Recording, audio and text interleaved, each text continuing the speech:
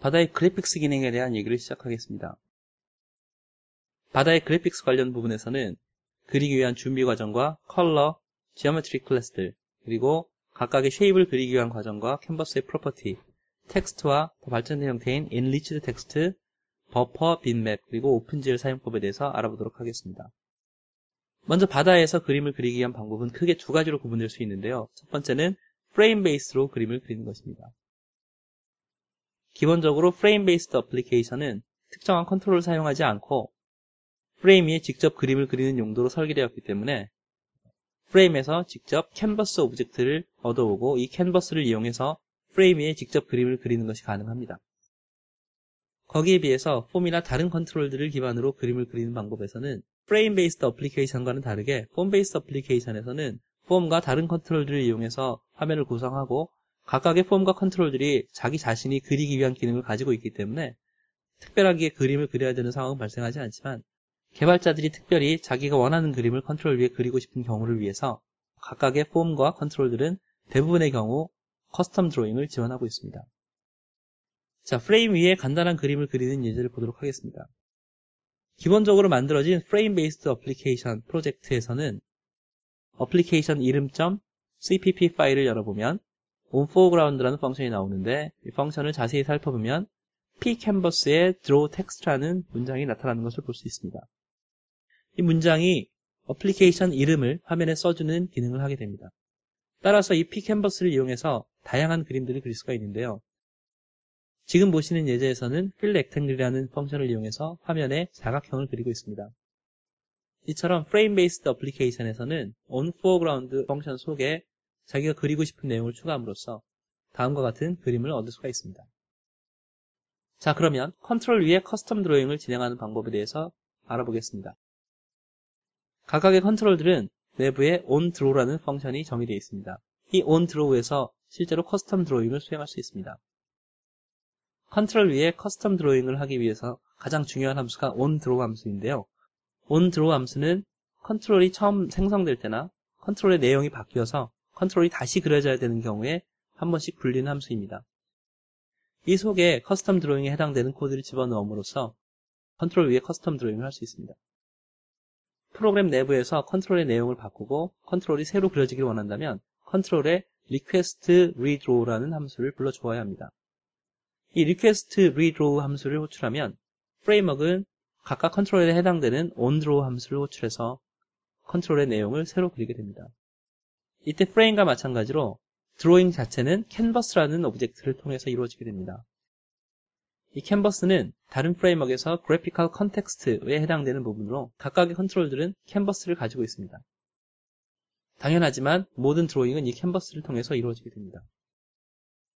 자, 그러면 실제로 폼 베이스드 어플리케이션의 커스텀 드로잉을 구현하는 예제를 보겠습니다. 당연하지만 가장 처음에 해야 될 일은 폼 베이스 어플리케이션을 생성하는 것이겠죠. 그리고 폼 클래스에 onDraw라는 함수를 지정합니다.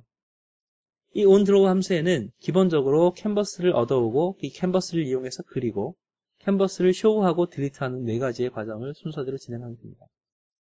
자, 예제에서 보시는 것처럼 폼 클래스의 헤더 파일에 onDraw라는 함수를 오버라이드해서 디클레어 하였습니다. 이 onDraw 함수의 데피니션을 자세히 보도록 하겠습니다. 먼저 첫 단계로 아까 말씀드린 것과 같이 캔버스를 얻어오는 과정이 필요합니다. 각각의 컨트롤들은 자기 자신의 캔버스를 가지고 있기 때문에 getCanvasN이라는 함수를 통해서 쉽게 캔버스를 얻어올 수 있습니다. 그 이후에는 이 캔버스를 이용해서 여러 가지 객체를 그릴 수가 있습니다. 예를 들면 이 예제에서는 fillRectangle이라는 펑션을 이용해서 색칠이 된 사각형을 그리고 있습니다. 그리고 필요한 내용을 다 그린 후에 캔버스의 내용을 화면에 보이기 위해서 캔버스에 show라는 펑션을 호출합니다. 그리고 만들어진 캔버스는 딜리트하게 되고요. 최종적으로 석세스를 리턴하는 과정으로 이루어져 있습니다.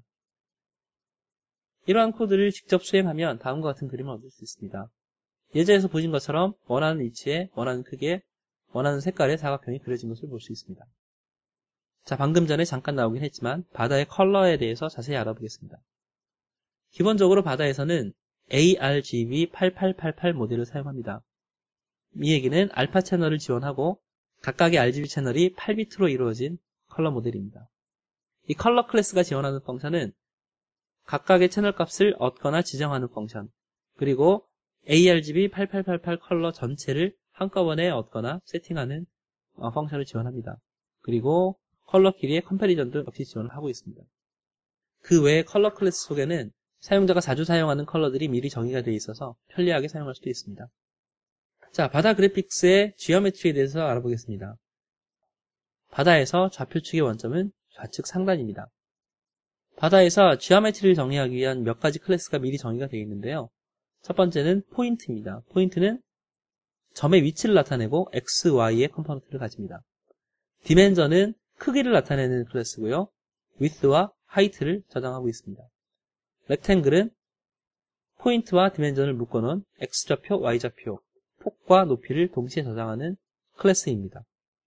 바다에서는 다양한 형태의 쉐입 드로잉 펑션들을 지원합니다.